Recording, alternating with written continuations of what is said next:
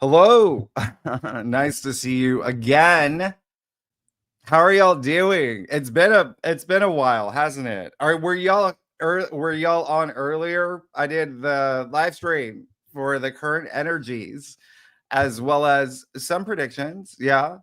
Um Good to see everybody. We're going to talk about October 2025, and I dropped your forecasts a few days ago. You should have them now.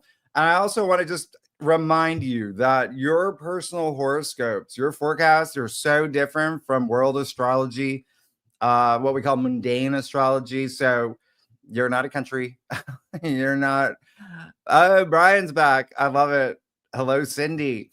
Um, yeah, and I'm excited to have Nick back. Nick is amazing, and y'all saw the reel. Like, there's a lot happening in October, and I'm really excited for him to walk us through October. Just remember, we're at the very tail end of eclipse season, and I explained that we're still in the window. It is like 6 months up to a year. You'll feel it. We're still on the Pisces-Virgo axis. I asked you to think about 2006 to 2008. We definitely went deep on Great Awakener.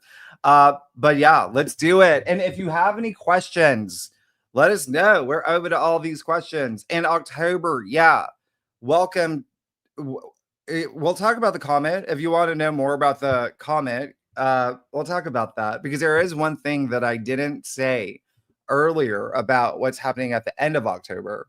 But what I'm going to do is I'm going to bring on Nick Dagan Best, one of the best guests we've had here on the Tarot Ship and Great Awakener. So, Nick, it is so great to see you again. How have you been? I've been great. How are you, Jimmy? I'm good. I was I've never done 5 live streams in one day. So You're a machine. It's an experience. I got to say that. And so I had a little walk with my dog, came back, and here I am. So it feels like I never left. But that's the energy these days anyway. No, thank you for coming back. This is I'm everyone. Cindy's excited to see you. Please read as Nick, the best astrologer. Yeah, well, he is. Nick is the best astrologer. Nick, tell us about October. So we know we're leaving eclipse season. We're moving into October for a few days. There's clearly a lot that's happening around the world. And October is one of those months where it's so hard to package everything in a short period of time, because there is so much happening. But I'm going to let you kind of give an overview of what everyone can expect in terms of, again, world astrology, not personal horoscopes, but everyone's going to feel the impact. And that's how we all evolve. Yeah. Exactly. Well, we're in Libra season, and of course, Libra season comes once a year, but this 2025 Libra season is really extraordinary because it's right at the center of all the other planetary action happening in this very unique astrological year. Both Saturn and Neptune have been in Aries, which is the sign exactly opposite Libra. They've both Saturn has already, and Neptune is about to retrograde back into Pisces, and then they'll be back in Aries early next year. But they're making that opposition to Libra. At the same time, Libra as an air sign is at a 120-degree angle from the other 2 air signs. They form a triangle, like all the elements in the 12 signs of the zodiac. So Libra is at a 120-degree angle from Gemini, which has Uranus. Uranus has just moved into that sign. And then on the other end is Aquarius, where Pluto has been as of recently and will be for the next 2 decades. So with that in mind, Libra is sort of at this epicenter where it's in a trine configuration to 2 of the outer planets, the major outer planets, and then directly opposite the 3rd major outer planet, along with Saturn, in a conjunction, in the first conjunction of those planets in 36 years. So there's so much happening at once. It sort of explains the pace of the year that we've seen so far.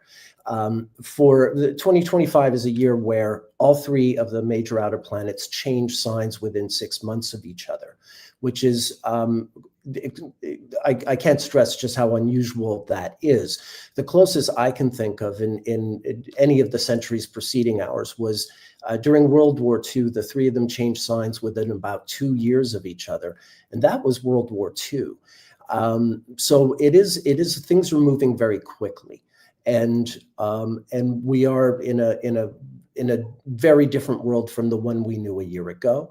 And I think the beautiful thing about October is where we finally get a real sense of what this new normal, quote unquote, world is.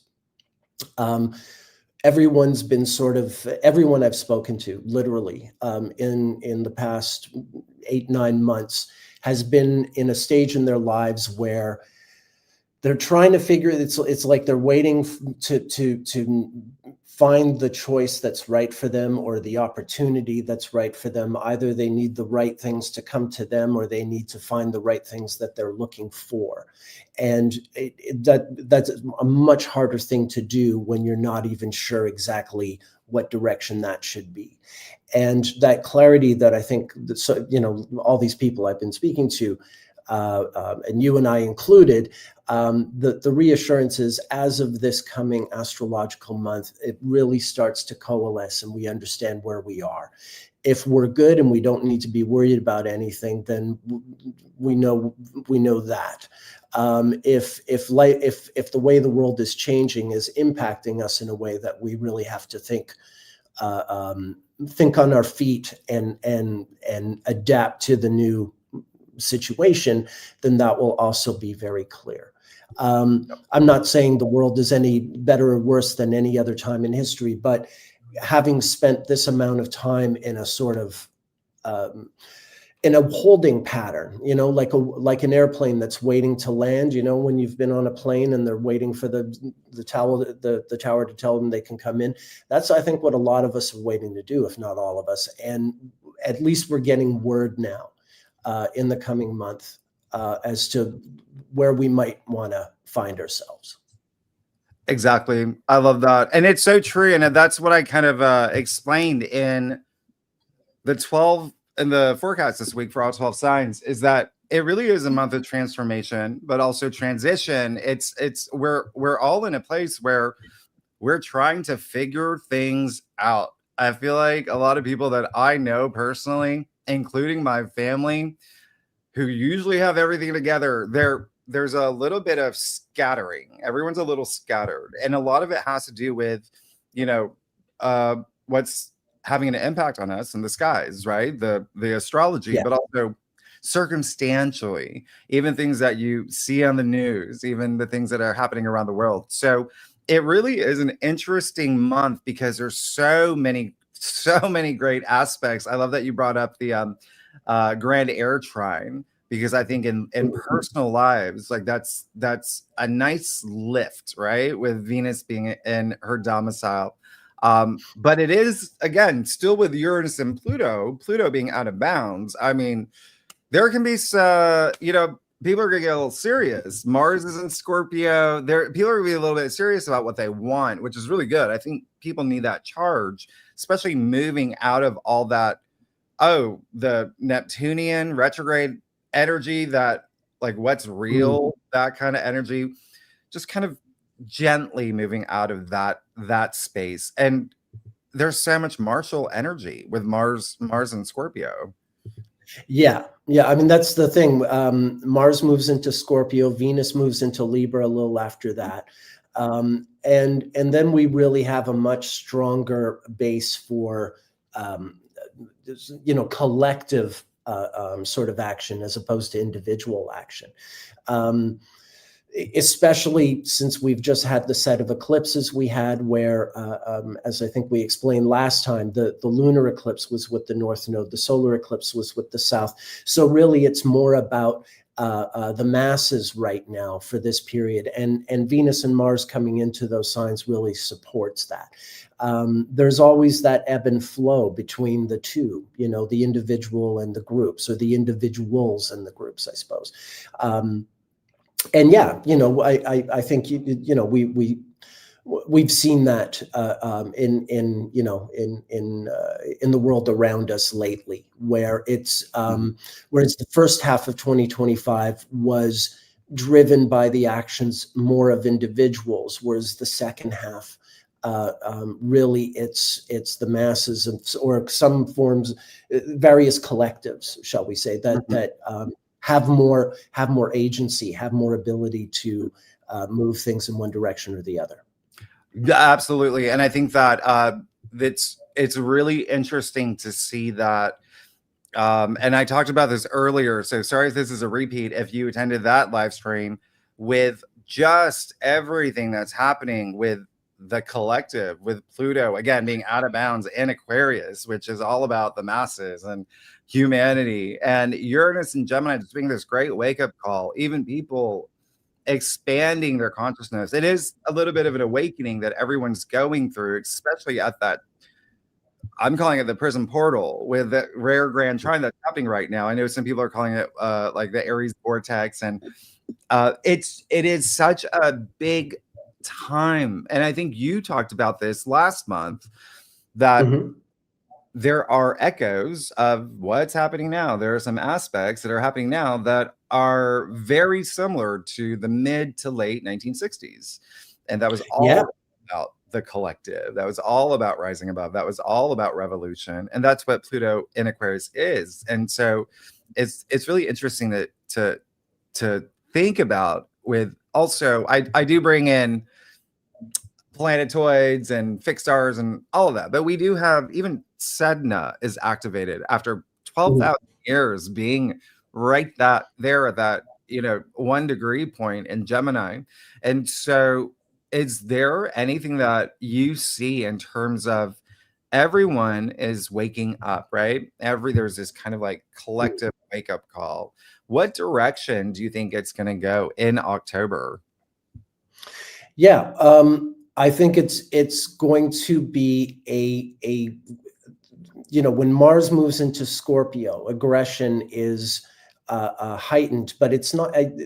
Actually, I shouldn't say aggression so much, but sort of like a guard. It's more a defensive kind of aggression, but that's a contradiction in terms. But you know, if you've ever seen like a cat or another animal when it's cornered and it sort of lifts itself and shows that, you know, even if it's at a disadvantage, it's letting you know, I'm ready to fight back. You know, that's what happens as Mars goes into Scorpio. There's a demonstration of defensive capability. And then as Venus comes into Libra, there's of course diplomacy. There's some form of empathy and dialogue. Will it save the world? No, but it will go in a good direction for this period of time. You know, until someone, of course, you know, a month or two later has the chance to screw it all up again. But yeah, there's a sort of like I said, the way a cat or a dog will, or any animal will show you that it's ready to defend itself, even if it's at a disadvantage, and especially if it's cornered, and then followed by just a real sort of diplomacy, diplomatic act of sympathy or empathy, or you know, more connection than certainly we're used to seeing in this day and age. Absolutely. I think, well, it's really funny because I've been making some analogies in the forecast with Mars and Scorpio, with Mercury conjuncting Mars, with all this martial energy. We're moving into Scorpio season as well. And I keep pointing out it's Scorpio season. It's, you know, even just Mars and Scorpio. Yeah, it has that intensity and even that defensiveness. And I said, that can be holding on to some grudges. We don't want to do that. You know, Venus and Libra definitely softens it. But what's really, really interesting is Scorpio is a scorpion. It does have a, you know, a stinger.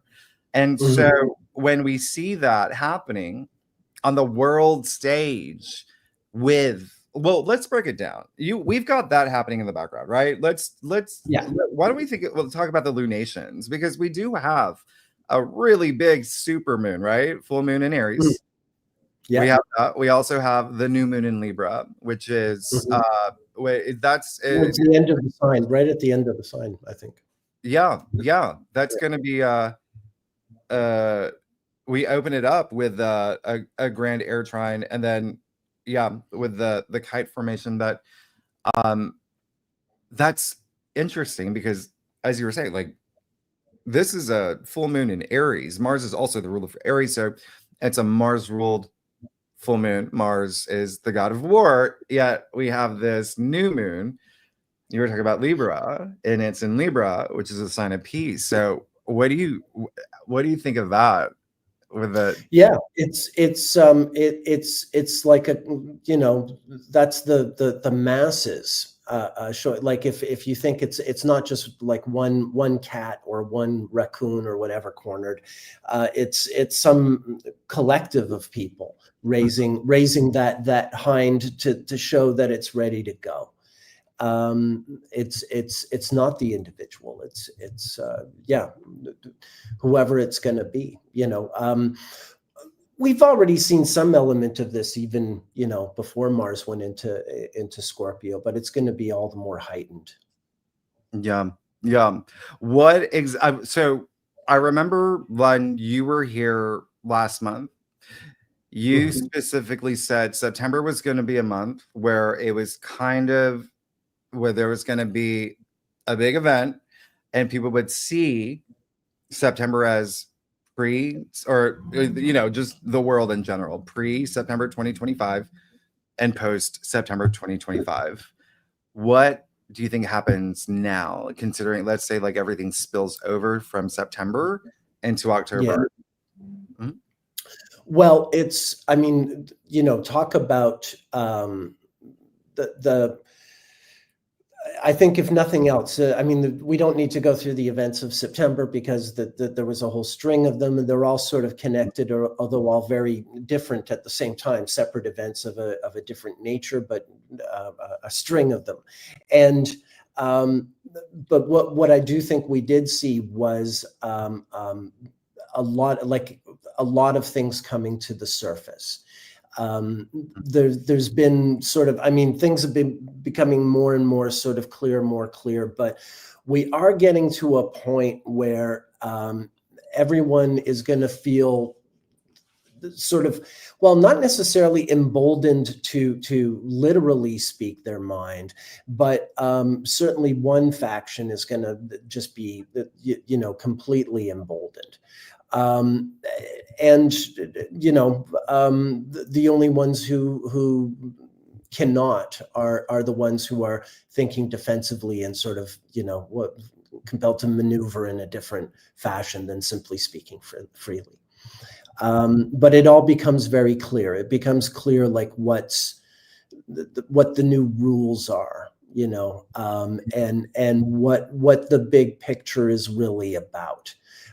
Because I think a lot of things have been, you know, a lot of things have been very unexplainable or, you know, offered with very sort of patchy amounts of information.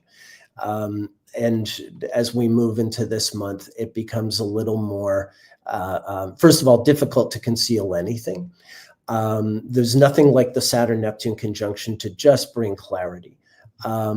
Everyone gets a course correction. You know, everyone has to reassess their understanding of a given subject.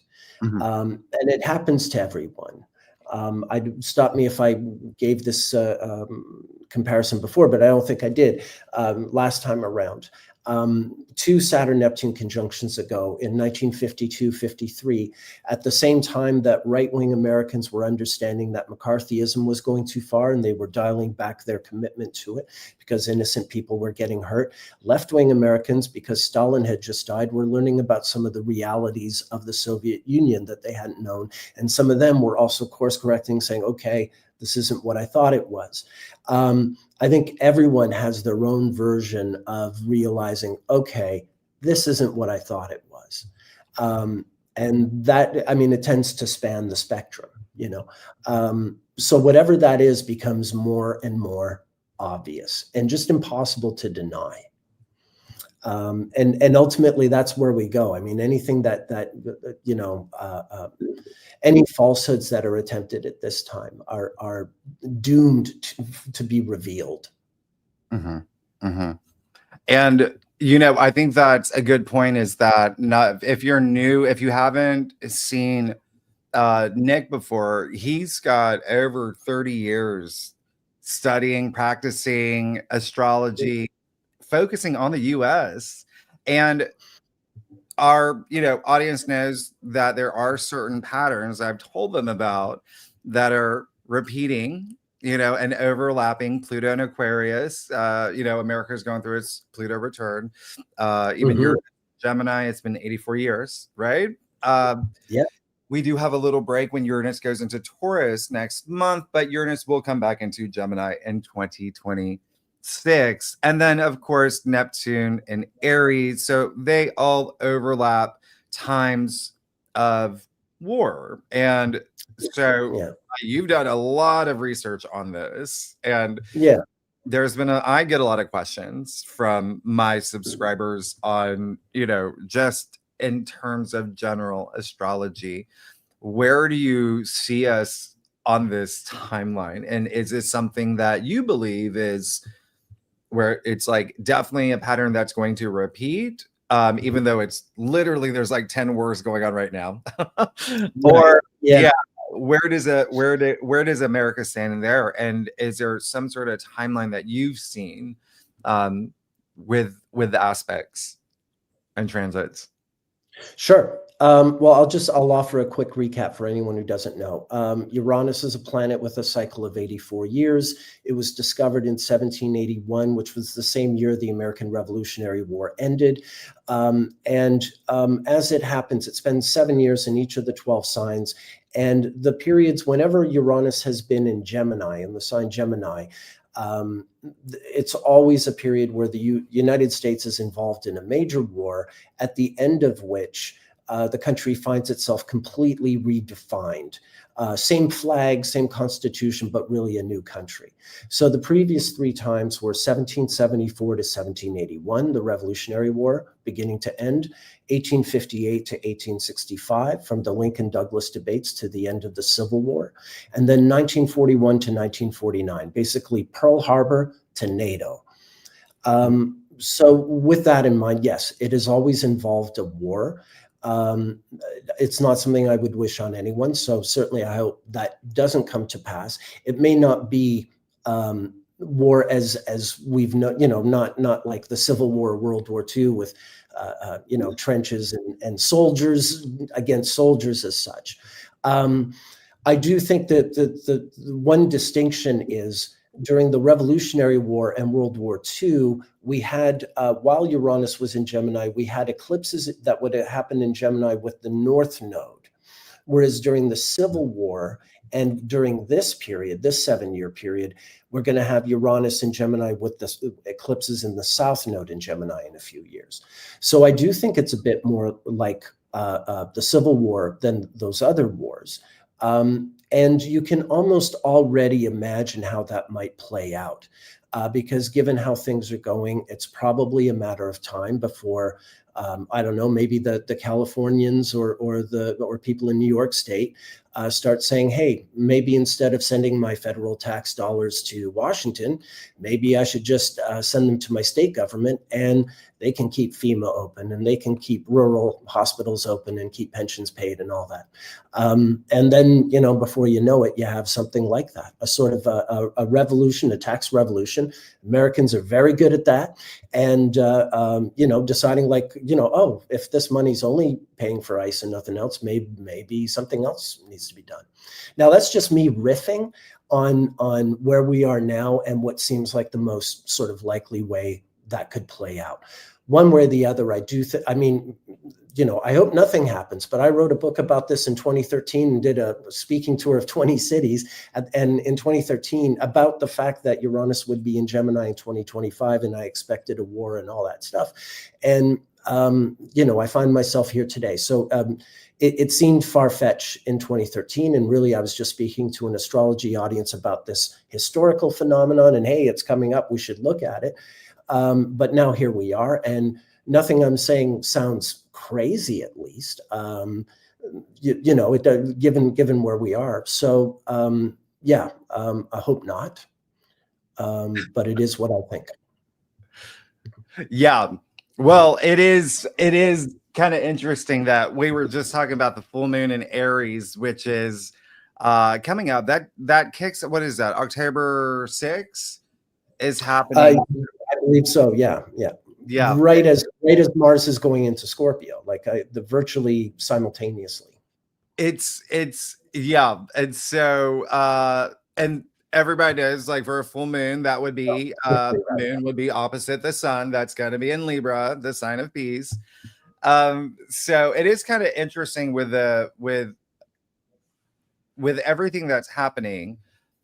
I feel like a lot of people, and we were talking about this earlier, there is a sense of something's in the air. You just can't put your finger on it right now. There are things that are brewing, and there's things that are clearly happening where we don't know. We don't have a seat at the table. And so what we do is we look at the astrology. Well, I mean, I do remote viewing, and everybody knows what I know on Great Awakener, but you look at the astrology and you're like, okay, well, this full moon, we all know that full moons have a way to illuminate things. Do you see anything that speaking about the spillover from eclipse season, which again we're still in? Yeah.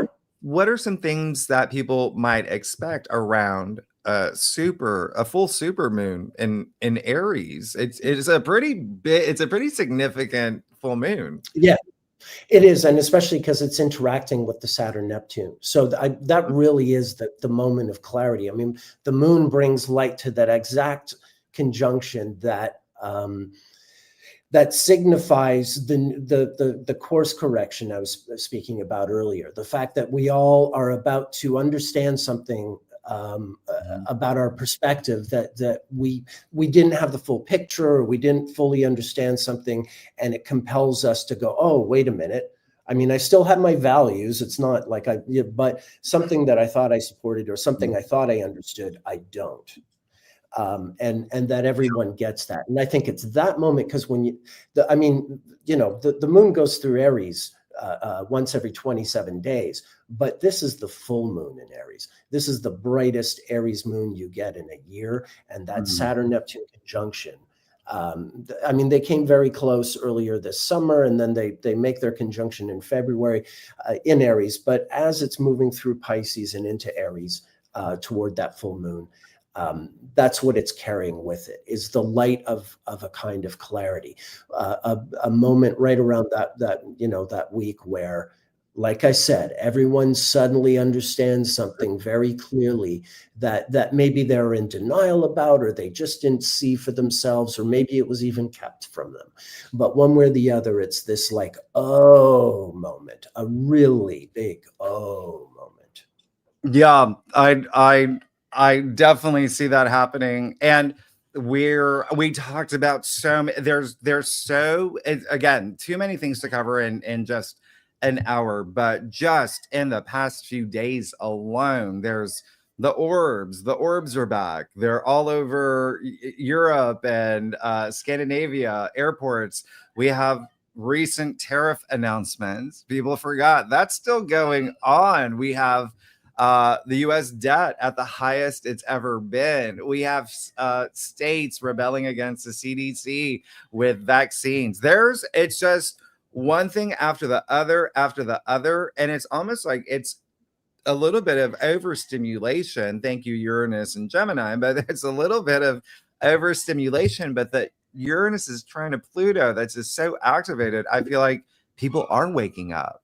People are waking up, and they are seeing the Sandra D side of what's inside them. The end of Greece, when she was like in leather, Sandy. Yeah. Do you remember that? Yeah. that's what people are going through right now. But what do you, is there, okay, so the way that I've explained it is we're going through this process where you have to have a little bit of breakdown to have this breakthrough, right? And this is just patterns that have been repeated throughout time. How do you see that, Nick? Well, in what sense? Like, In the sense that there are there are people that are waking up to how yeah, certain things are run, and yeah, how I guess there's been some misleading and deception from certain institutions, and people are waking up to that, and they're waking up to the fact that, maybe things that have been a certain way for decades, let's say the fact that 2%, 3% of our population have the most power and wealth over the other 97%. People are okay with that for decades. They're like, okay, whatever. But now people are waking up and they're saying, this is really messed up. So there is yeah. this mass awakening. But yeah. Eventually, the frog realizes the water is boiling. Eventually it happens. We always talk about it in like before the water boils. Yeah, I mean, there are a few things on that. I think I'm sorry, I'm getting distracted by some kind of yelling. I think that's my dog. Oh, okay. I was wondering. That kept distracting me. So yeah, I've lost my train of thought. Jimmy's back. Sometimes she looks at Sorry, things there's no water in it when there is, but I brought it here. Yeah. Okay. Yeah. I couldn't. If I hear an animal, it's fine. crying, You're talking about the frog and the boiling. Yeah, the water. The frog. Yeah. Yeah. Oh, that was it was my fault. I said the word water, and then your poor dog realized it was thirsty. It was me all along. Typical me. Yeah. That's just it. There is very much. I mean, you could see it happen over the course of this month. Things sort of like, on the one hand, things sort of escalate to a degree where we get a sense of how the new normal is going to carry itself out, how the new regime is going to pursue what it's after. At the same time, I think for the first time, the masses got a sense of what power they might be able to wield. Like, exactly how does one defend oneself against a more formidable opponent?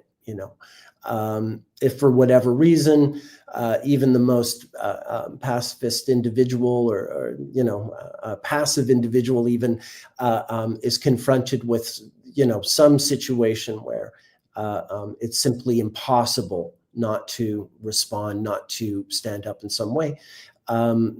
There is that sense of oh, this can be done. Oh, this works.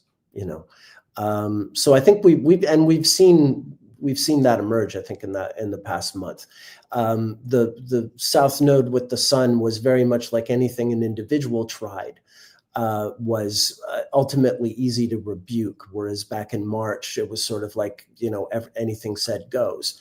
Whereas the masses, the full moon with the North Node, it's the moon, it's the people who know what to do during those times. And it's always like this game of tennis, 6 months to 6 months between the eclipses.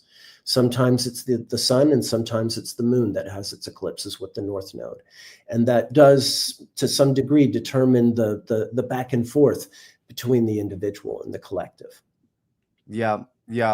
What do you think is, I think it's 2 days before we have the full moon, we will have the last, is it the last of the inner planets, Venus, that's going to conjunct the South Node. So that's the Venus and Virgo conjuncting the South Node and Virgo on a global scale for the collective. What do you think that could bring about? That's the most important part, because that's when it becomes where sort of dialogue and sympathy and diplomacy can shine a little stronger, and where folks are more compelled to, behave themselves relative to the people around them, where it's not about sort of behaving as one chooses as an individual, but complying. I mean, the thing about Venus is it is a conformist planet, especially when it's in Libra. So there is so on the one hand, you'll have one side of people who are establishing a conformist order, and that really it's expected to adhere to, or hit the brakes. And then on the other hand, there is a responding order that that is learning in what ways it can band together in defense or in a counterpoint, because Venus does bring together that which is divided. So if you have various little factions that realize if they band together, they pose a formidable response to this other conformist order. This is what we get during the Venus and Libra. This is how two sides in a debate will develop, at this particular time in the year. Yeah. I was going to ask, with just seeing the lay of the land, seeing everything that's happening in October 2025, what do you think is, like, what would be your advice of because there's so many great aspects too for everybody, and everyone here is at this high frequency. What would be your best advice on how to take advantage on some of the aspects that we will have in October? It's definitely a good time to connect. It's not a good time to go rogue. There's plenty of time in the year to go rogue, but this is a time to connect with not just the people who are most important to you, but whoever else might be around that might be worth connecting with. It is that time, especially when the social planets are in such a strong position. Jupiter winds up stationing retrograde. I mean, it's exalted, but it winds up stationing retrograde once the sun goes into Scorpio next month. But for the time being, we've got this very some chance at goodwill at a time that obviously has a lot of tension and division.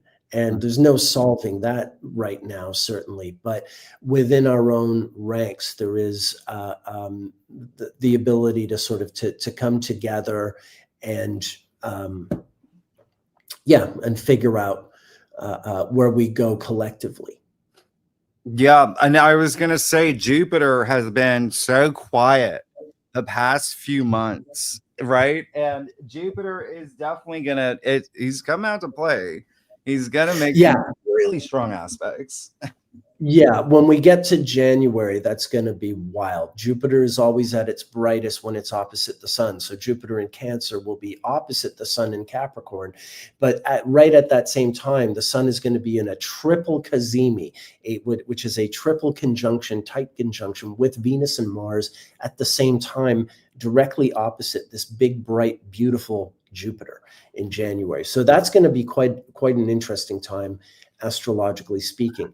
But for the time being in October, it's formative. We've just been through these eclipses, and so it's almost like we all have our marching orders for the next 6 months in terms of what we have to work out and figure out where we stand, amidst everything else and everyone else. Yeah, and I was going to say that Jupiter, very active in October.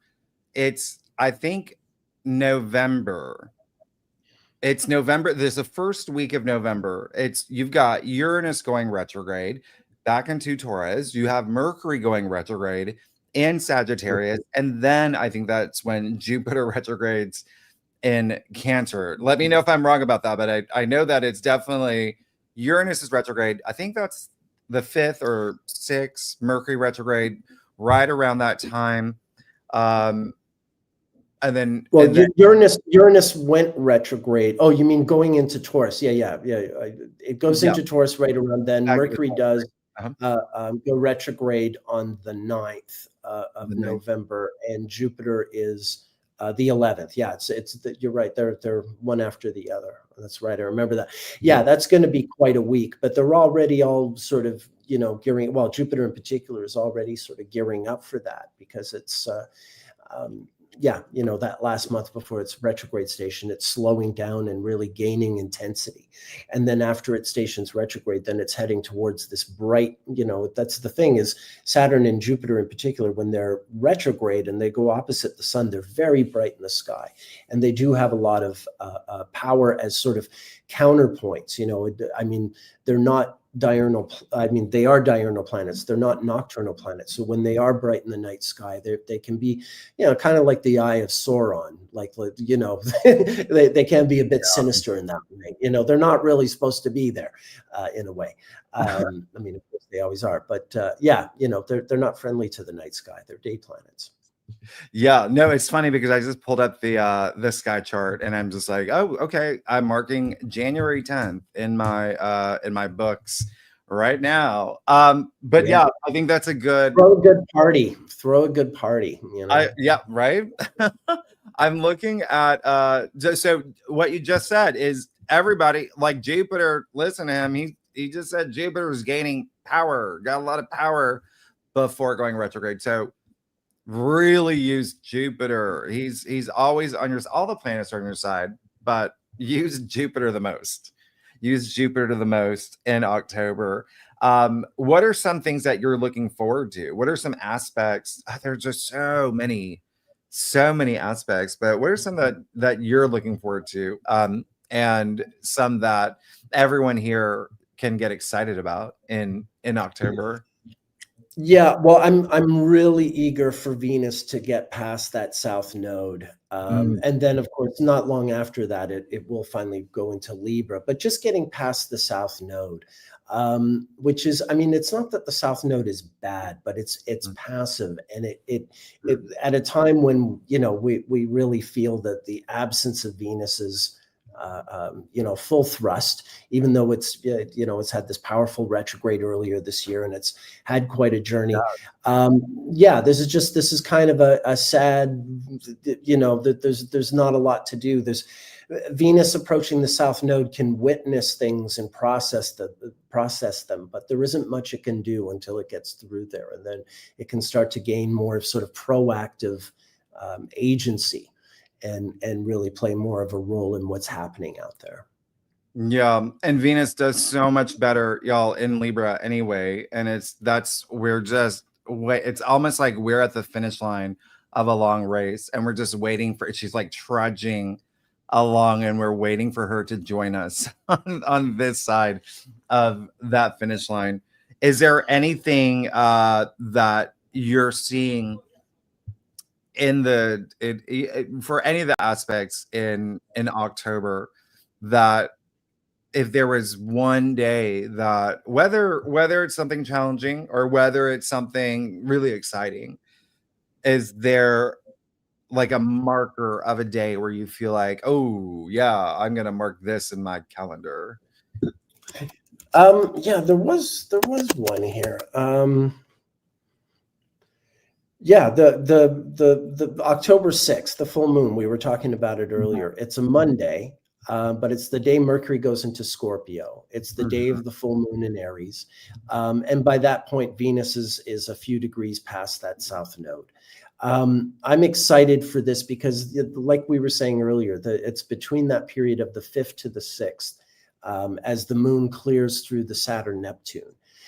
Going from Pisces to Aries, those days, the Sunday, Monday, you just know, I guess not as many of us are at a water cooler on a Monday morning anymore, but if there were, it would be one hell of a Monday morning water cooler moment where everyone, like I said, is really understanding something about a position they've had that they're going to be rethinking because they haven't understood everything fully. I love that. It's so true with Mercury going like right into Scorpio. What do you think about the Jupiter Saturn trine that's happening at the end of the Yeah. yeah. Well, it's the same Jupiter-Saturn trine that was happening in late 1966, early 1967, 59 years ago. Anyone in their birth chart had, you have your first Saturn return at the age of 29. In terms of the cycle, I mean, not in terms of what sign it's in, but cyclically speaking, the first Saturn return is at the age of 29 in the solar return. The second one is at the age of 59. My wife, who was born in January of 67, has that trine natally, and she's going to turn 59 in January. And that trine will also be in her 59th solar return, as it is for everyone. Everyone, when they turn 59, has Jupiter and Saturn and Mercury in pretty much the same position that it was in at the time of their birth when they turned 59 years old. So there is something about that trine that makes me think of that period. Literally 66 to 67 is sort of like going from black and white to color. It's the Beatles going from Beatlemania to Sgt. Pepper, or the sort of like hippies really sort of like becoming a thing, as opposed to a sort of like there was bohemians and then suddenly there's like a full-on hippie thing. We're crossing that kind of threshold, and yes, it will be interesting to see how young people emerge at this time, because I think they're obviously the ones really finding their voice the most, the ones with the most at stake, with all this talk of war. I'm already getting astrology consultations from mothers who are concerned that their 20-something-year-old sons could be drafted or things. Those conversations are happening. That's going to be interesting. The cultural shifts. I'm an old guy with a gray beard. I'm supposed to be outraged by whatever young people do, and still waiting for that to happen. But you never know, like what kind of interesting turns the culture is going to take, in response to this new world. So I'm excited about that. It is, and I was gonna say because a lot of these, outer planet aspects that it's just it's rare, right? And I always say we want to be in a place where we're thinking about the steps that we take on our journey, on our life journey, our karmic journey. We want to think about the younger generations. They're being born in a time where they're going to be these major spiritual warriors, but we have to think about what kind of world do we want to leave them. I feel that it's just going to be very different by the time we get to next year. Like, we're going to be in a very different place. And so it's interesting that you do bring up the younger generation, because it is something that I think people will just naturally move into with what's happening and the experiences that we will have. Yeah. I saw in the news not like earlier today, Madagascar, which is a country, it's an island nation off the coast of Africa. Not on the radar of Americans much, but I did see today that there are really large youth uprisings happening there in a number of their cities. Because of various sort of political grievances, but it's apparently it really is like they're calling it the Gen Z riot or a Gen Z revolution or what, they really are attributing it to people who are basically the age of my stepkids and my adopted child. So, it is interesting. I mean, this is this new sort of crop of young people. It's kind of a strange way to put it, but this new wave of young people are very different culturally and temperamentally from people who are about 10 years older than them. And they're just these are kids who had to spend a whole year of school, during COVID, on their iPads and all that, like the really, really different people. And so as they're becoming adults, I'm just very curious to see how they They're going to, seize a lot. I mean, especially, back in 2010, 2011, we had Saturn and Saturn opposite Jupiter, Uranus, and with interacting with Neptune. It was we had some really wild outer planet stuff going on just long ago enough that people born around that time are now teenagers and getting ready to rebel and express themselves and tell the rest of us why they think we're a bunch of idiots, as teenagers are meant to do. So yeah, very exciting times indeed. Well, it's funny that you bring that up because I did a live stream today. So I did a live stream here on predictions, current energies, and then we moved on to greatawakener.com where I spoke a little bit more, and I did bring up Madagascar as one of the countries. Yeah, as one of the countries right now where you are seeing this upheaval. It's and you're seeing it in pockets across the world. And like you said, I think I actually started this sentence. No one probably has heard of this, but there is a lot of uprising happening in places like Madagascar and Nepal. I see in the chat. RH here says Nepal also. Yeah. Okay. Yeah. I heard about the Nepal one as well, but I should have mentioned it.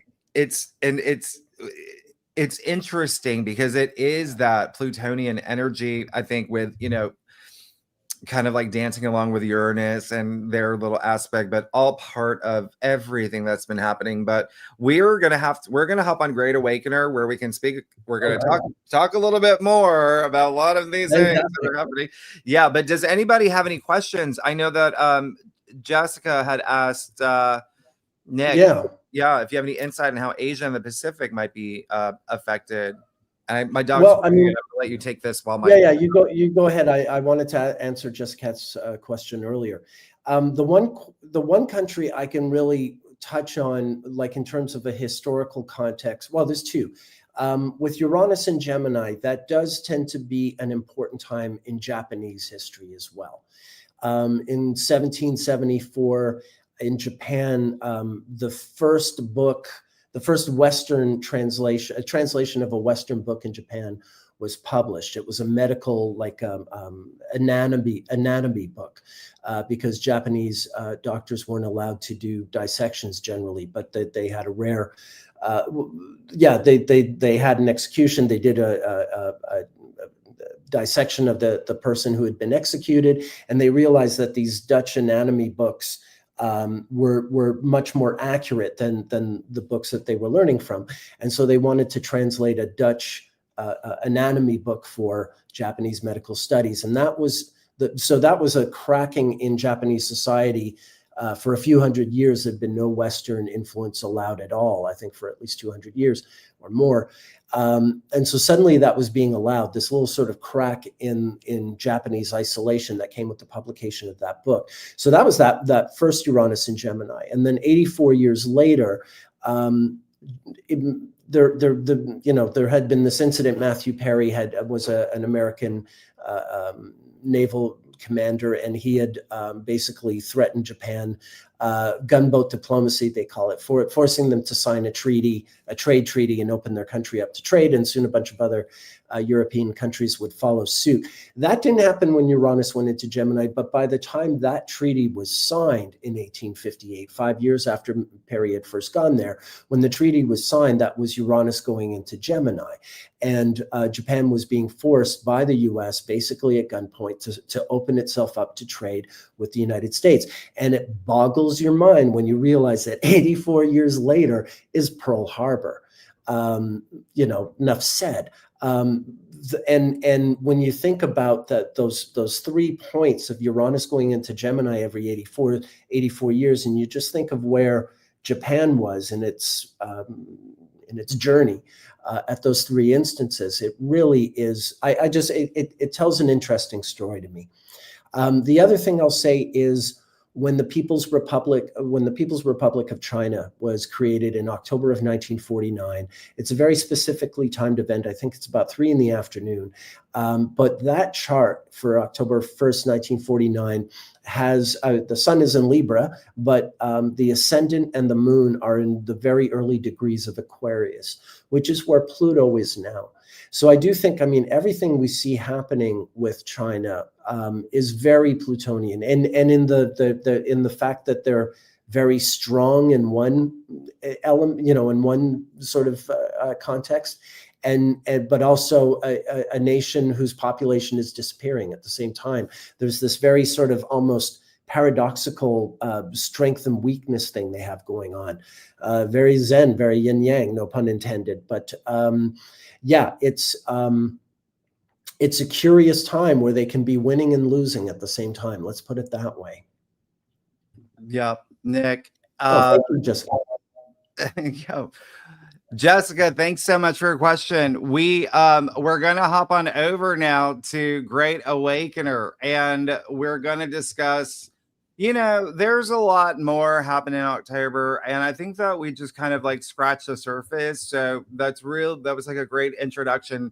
Thank you, Nick, for giving us an overview of October. It is definitely, remember, it really is going to be a very different month from eclipse season. Just remember, from September, and it does kind of pick up a little bit more mid-month, but it's action packed. There's so much happening in October, and again, a lot that's going to require you to tap into your spiritual warrior.